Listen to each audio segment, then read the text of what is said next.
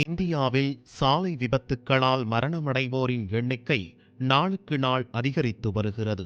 கடந்த 2014ஆம் ஆண்டு 1,39,671 இருந்த விபத்துகளின் எண்ணிக்கை அடுத்த ஆண்டு 4.6% உயர்ந்துவிட்டது. 2016இல் 5% உயர்ந்திருக்கிறது. சாலை விபத்துக்கள் ஏற்பட காரணம்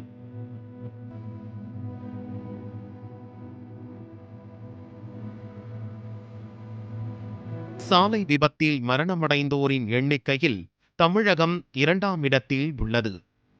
சாலை விபத்துக்களால் ஏற்படும் மரணங்களை தடுக்க கடந்த வருடம் ஜூலை 1 தேதியிலிருந்து ஹெல்மெட் அணிவது கட்டாயம் என்று சென்னை உயர்நீதிமன்றம் உத்தரவிட்டது. ஆனால் பொதுமக்களோ அதனை முறையாக கடைபிடிப்பது இல்லை. இதுவரை ஹெல்மெட் அணியாமல் வாகனம் ஓட்டியதாக 1,00,000க்கும் அதிகமான வழக்குகள் பதியப்பட்டிருப்பதாக தகவல்கள் தெரிவிக்கின்றன. மாதவாரியாக பதியப்பட்ட வழக்குகள்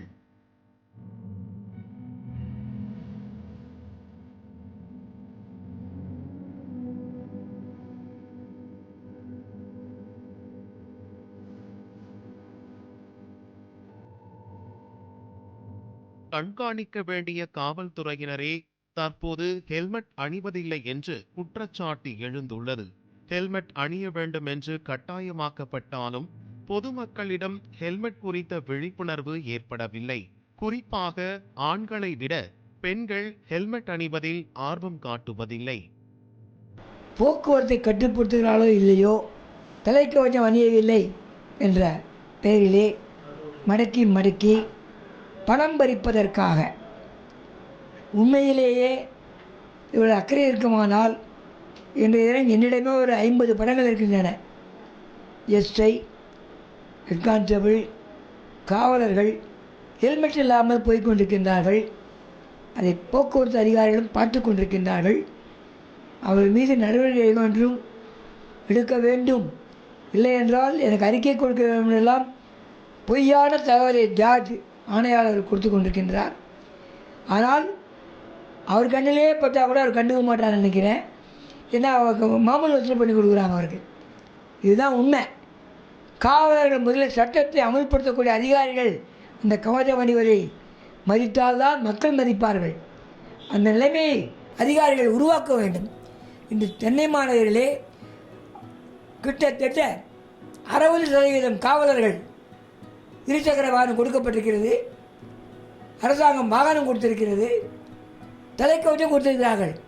அதை போடாமல் மாமூல் வசூல் பண்ணுவதற்காகவே சென்று கொண்டிருக்கிறார்கள் என்பதை வருத்தத்தோடு தெரிவித்துக் கொள்கின்றேன்.